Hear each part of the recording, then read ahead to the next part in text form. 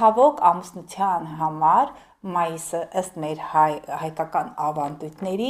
բարենպաստ չէ, բայց միևնույն է, ես դրական օրեր ներկայացնելու եմ, որպեսզի կարողանաք կազմակերպել ձեր ցանկալի այդ գործերը,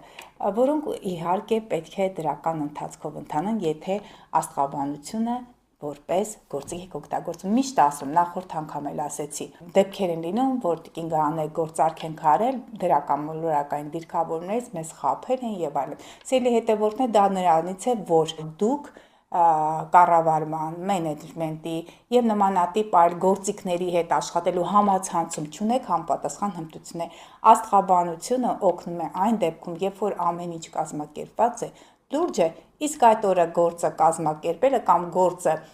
առաջ գցելը կամ այդ ամենը գրանցելը ուղղակի կողքից հնարավորություն կտա, որ ամեն ինչը դրական ընթացքով ընթանա։ Դե սիրելիներս, մի գցեք աստղաբանության վրա ձեր մեղքը, այլ ուղղակի կրթվեք, ինչը ուրանն է ցանկանում, ուրանը արդեն ամսի 26-ից երկորակի կենդանակերպ է անցնելու մինչև 2026-ից 33 թվական Պլուտոնը արդեն ջրհոսում է, Նեպտունը, Սատուրնը արդեն վաղուց խոյում են եւ դա մեծ հնարավորություններ տալիս այսպիսի դիրքավորում, չգիտեմ քանի 100 տարի մեկ, նույնիսկ հազարավոր տարիների մեկ կստացվի այս դիրքավորմամբ ապրելը, ստեղծագործելը, ստեղծելը եւ նաեւ արարելը։ Սիրելի հետևորդներ, նաև շնորհակալ եմ, որ բաժանորդագրում եք ալիքին, շնորհակալ եմ դրական ֆիդբեքերի համար,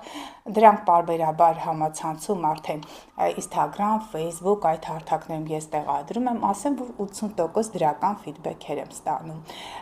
Նաև շնորհակալ եմ, որ կիսվում եք հաղորդումներով, շուտով մենք 10 միլիոնի շեմը կհատենք